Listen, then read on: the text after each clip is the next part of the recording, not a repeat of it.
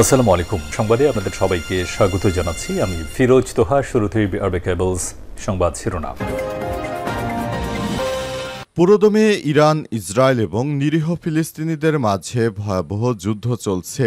আর এই মুহূর্তে আমাদের হাতে এসেছে যুদ্ধের সর্বশেষ গুরুত্বপূর্ণ সবথেকে তাজা আপডেট সংবাদ। প্রথমেই জানাবো, ইরানি হাজারো ক্ষেপণাস্ত্রের নিশানায় ইসরায়েলের গোপন পরমাণু তল্লাট। হঠাৎ যেন খোলা জানালা দিয়ে ছুড়ে মারা হলো এক আগুনঝরা পাণ্ডুলিপি। দখলদার ইসরায়েলি বাহিনীর সমস্ত নথিপত্র ইরানের হাতে। যে কোনো সময় তাদের পারমাণবিক অস্ত্রাগারে হামলা চালিয়ে ধ্বংস করে দিবে ইসরায়েলকে, এই ঘোষণা দিয়েছে ইরান।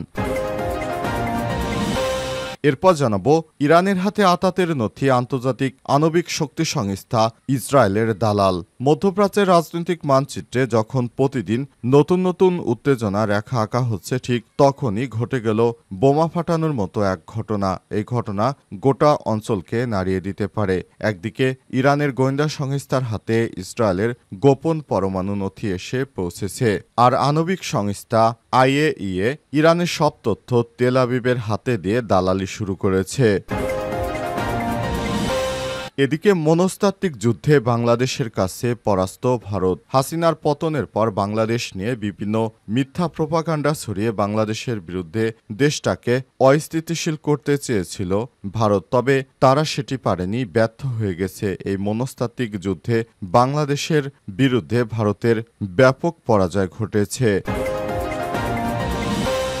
জানাবো, যেভাবে বিধ্বস্ত হয় এয়ার ইন্ডিয়ার সেই বিমানটি। ভারতের বিমান পরিবহন সংস্থা এয়ার ইন্ডিয়ার যাত্রীবাহী বিমান AI গুজরাটের রাজধানী আহমেদাবাদে ভেঙে পড়েছে। উড়োজাহাজটি একটি বোয়িং 787 ড্রিমলাইনার, যার ধারণ ক্ষমতা 256। সেখানে সব মিলে 242 জন ছিলেন। আর এই বিমান একটি ছাত্রাবাসের উপর ভূপাতিত হয়। সেখানে আরও অন্তত 50 জন। সব মিলে এই বিমান বিধ্বস্ত হওয়ার ঘটনার পর প্রায় 300 জন মানুষের মৃত্যুর খবর পাওয়া গেছে। এবং সর্বশেষ জানাবো, সাবেক সেনাবাহিনী প্রধান ইকবাল করিম ভূঁইয়ার ফেসবুক পোস্ট। 4টি শক্তিশালী গোষ্ঠীর সেনাবাহিনীর চরিত্র বদলে দেয়। সাবেক সেনাপ্রধান ইকবাল করিম ভূঁইয়া বলেছেন, আওয়ামী লীগের আমলে নিরাপত্তা উপদেষ্টার মাধ্যমে 4টি শক্তিশালী গোষ্ঠী গড়ে উঠেছিল। এই গোষ্ঠীগুলো সরাসরি সেনাবাহিনী ও গোয়েন্দা প্রতিষ্ঠানগুলোর চরিত্র বদলে দিয়েছে। প্রিয় দর্শক, এতক্ষণ শুনছিলেন সংবাদ শিরোনাম, এবারে বিস্তারিত। তবে তার আগে বন্ধুরা, অনুরোধ থাকবে এই সংবাদটিতে একটি লাইক দিন। এই চ্যানেলে আপনি নতুন হয়ে থাকলে আমাদের সংবাদটি দেখতে দেখতে চ্যানেলটি সাবস্ক্রাইব করে রাখুন। কমেন্ট করে বন্ধুরা আপনার মূল্যবান মতামত জানিয়ে দিন আপনি বিশ্বের কোন দেশ থেকে বা বাংলাদেশের কোন স্থান থেকে আমাদের সংবাদটি দেখছেন এবং শুনছেন। আর বন্ধুরা, গাজা যুদ্ধে আপনি যদি নিরীহ ফিলিস্তিনিদের ভালোবেসে থাকেন, কমেন্টে ইয়েস লিখে বিশ্ববাসীকে জানিয়ে দিন। সংবাদটি আপনার সোশ্যাল মিডিয়া ফেসবুকে শেয়ার করে বন্ধুদেরও দেখার সুযোগ করে দিন। এবারে বিস্তারিত। ইরানি হাজারো ক্ষেপণাস্ত্রের নিশানায় ইসরায়েলের গোপন পরমাণু তল্লাট। জায়নিস্ট শাসক গোষ্ঠী এখন স্তব্ধ। কোনো পাল্টা প্রতিক্রিয়া নেই, শুধু নীরবতা। আর নীরবতাই যেন তাদের ব্যর্থতার নিশ্চুপ স্বীকৃতি। এ যেন হঠাৎই খোলা জানালা দিয়ে ছুড়ে মারা হলো এক আগুনঝরা পাণ্ডুলিপি। ইরানের গোয়েন্দা বিভাগ দাবি করেছে তারা ইসরায়েলের সব থেকে গোপন পরমাণু সামরিক নথিপত্র হাতিয়ে নিয়েছে।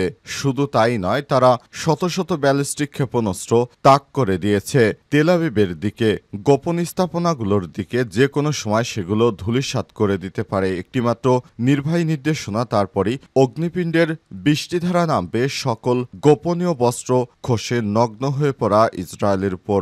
এই অভাবনীয় ঘোষণার পেছনে রয়েছে ইরানের স্বঘোষিত এক গোয়েন্দা আঘাত। ইমাম মাহাদির অজ্ঞাতনামা সৈনিকরা, যারা ইসলামী প্রজাতন্ত্র ইরানের গোয়েন্দা সংস্থার মন্ত্রণালয়ের কাজ করেন, তারা যে আঘাতটি হেনেছে তা এতটাই গভীর ও তীব্র যে জায়নিস্ট শাসক গোষ্ঠী এখনো স্তব্ধ। কোনো পাল্টা প্রতিক্রিয়া নেই, শুধু নীরবতা। আর এই নীরবতাই যেন তাদের ব্যর্থতার নিশ্চুপ স্বীকৃতি। ইরানের জওয়ান নেটওয়ার্কের ভাষায় এমন একটি ক্ষত যা শিকড় ছড়িয়ে গেছে ইসরায়েলি শাসনের অস্তিত্বের গভীরে। এমন যত সময় যেতে এগোচ্ছে ততই প্রকাশ পাচ্ছে এর জটিলতা এবং বিস্ময়কর দিকগুলো।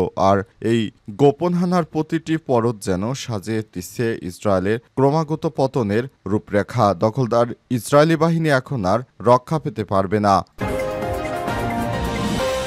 ইরানের হাতে আতাতের নথি, আন্তর্জাতিক আণবিক সংস্থা নাকি তেল আবিবের দোসর। মধ্যপ্রাচ্যের রাজনৈতিক মানচিত্র যখন প্রতিদিন নতুন করে উত্তেজনার রেখা আঁকা হচ্ছে, ঠিক তখনই ঘটে গেল বোমা ফাটানোর মতো এক ঘটনা। এই ঘটনা গোটা অঞ্চলকে নাড়িয়ে দিতে পারে।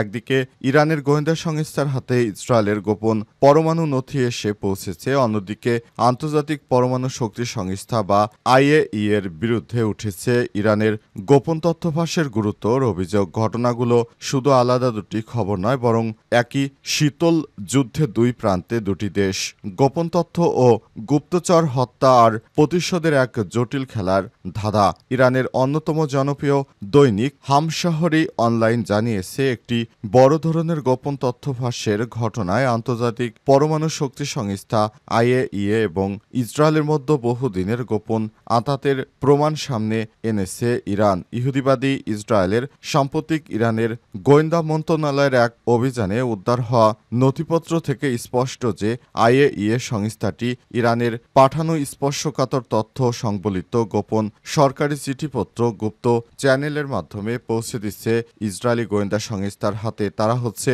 ইসরায়েলের দালাল। দালাল না হলে এসব সেনসিটিভ জিনিস কেন ইসরায়েলের হাতে তুলে দিল, যা ইরানের জন্য সত্যি দুর্ভাগ্যের বিষয়।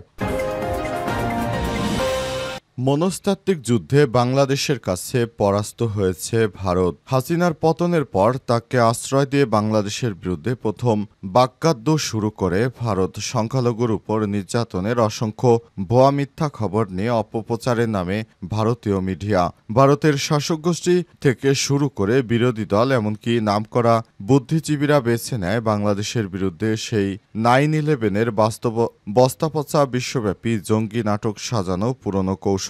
কিন্তু এই ভারতীয় অপপ্রচারের ধোপে টেকেনি। নিদারুণভাবে তা প্রত্যাখ্যান করে আন্তর্জাতিক মিডিয়া এবং বিশ্ব সমাজের কাছে একের পর এক এই ধরনের ভারতীয় অপপ্রচার ভিত্তিহীন প্রমাণিত হতে থাকে। ভারতীয়দের হাতে বাংলাদেশে এসে প্রকৃত ঘটনা ও সার্বিক রাজনৈতিক পরিস্থিতি দেখে যার আমন্ত্রণ জানানো হয়, তাদের কেউ কেউ এসে দেখতে পান বাংলাদেশের ছাত্র জনতা ইস্পাত কঠিন দৃঢ় ঐক্য এবং সীসাঢালা প্রাচীরের মতো যে ধৈর্যের বম তৈরি করেছে তারা, তাতে আঘাত হানা হলেও তছনছ হয়ে যেতে পারে সংখ্যালঘু নিয়ে বানানো কল্পকাহিনী। বাংলাদেশের মানুষ এসব অপপ্রচারের বিরুদ্ধে কতটা স্থির ও স্থিতিশীলতা ধরে রাখতে প্রয়োজনে জীবন দিয়েছে তার অন্যতম প্রতীক হয়ে ওঠা চিন্ময় দাসের বিরুদ্ধে চট্টগ্রাম আদালত প্রাঙ্গণে রাষ্ট্রদ্রোহ মামলার পর আইনজীবীকে কুপে হত্যার ঘটনা। সারা বিশ্ব দেখেছে সংখ্যালঘুদের হত্যার নামে যে ধরনের মিথ্যা কল্পকাহিনী সাজিয়েছে ভারত, সেটি সম্পূর্ণ মিথ্যা এবং ভিত্তিহীন। এটি কোনোভাবেই মানা যায় না। দখলদার ইসরায়েলি বাহিনীর মতো ভারতও ব্যাপক হারে বাংলাদেশের বিরুদ্ধে মিথ্যা প্রোপাগান্ডা ছড়িয়েছে, কিন্তু সেগুলো ধোপে টেকেনি। সাবেক সেনাপ্রধান জেনারেল ইকবাল করিম ভূঁইয়ার পোস্ট, 4টি শক্তিশালী গোষ্ঠী সেনাবাহিনীর চরিত্র বদলে দেয়। সাবেক সেনাবাহিনী প্রধান ইকবাল করিম ভূঁইয়া বলেছেন, আওয়ামী লীগের আমলে নিরাপত্তা উপদেষ্টার মাধ্যমে 4টি শক্তিশালী গোষ্ঠী গড়ে ওঠে। এই গোষ্ঠীগুলো সরাসরি সেনাবাহিনী ও গোয়েন্দা প্রতিষ্ঠানগুলোর চরিত্র বদলে দেয়। তিনি আরও বলেন, 1971 সাল থেকে আজ পর্যন্ত সেনাবাহিনীর সংস্কৃতির একটানা পরিবর্তন হয়েছে, কখনো ধীরে কখনো ঝড়ের বেগে এই পরিবর্তন হয়েছে। প্রতিটি রাজনৈতিক মোড় পরিবর্তনের সঙ্গে সঙ্গে সেনাবাহিনীর চরিত্র রূপান্তরিত হয়েছে। এক সরকারের আমলে যে প্রথা চালু হয়েছে, পরবর্তী সরকার তা আরও বাড়িয়েছে বা বিকৃত করেছে। এর ফলাফল হলো আজকের বাংলাদেশ সেনাবাহিনী একটি জটিল বাস্তবতার প্রতিচ্ছবি। রাজনৈতিকভাবে বিভক্ত আওয়ামী লীগ এর মধ্যে বিভিন্ন কোন্দল দেখা দিয়েছিল, পরবর্তী সরকার তা আরও বাড়িয়েছে বা বিকৃত করেছে।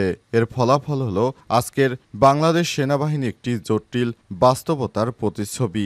গোষ্ঠীভিত্তিক, কখনো কখনো ব্যক্তিস্বার্থে পরিচালিত এবং রাষ্ট্র ক্ষমতার গভীরে প্রবিষ্ট। তবে এই রূপান্তর কোনো একক মুহূর্তের ফসল নয়, এটি 5 দশক ধরে গড়ে ওঠা এক ধারাবাহিক অভিযাত্রা। সামাজিক যোগাযোগ মাধ্যম ফেসবুকের এক পোস্টে তিনি এই কথাগুলো বলেছেন।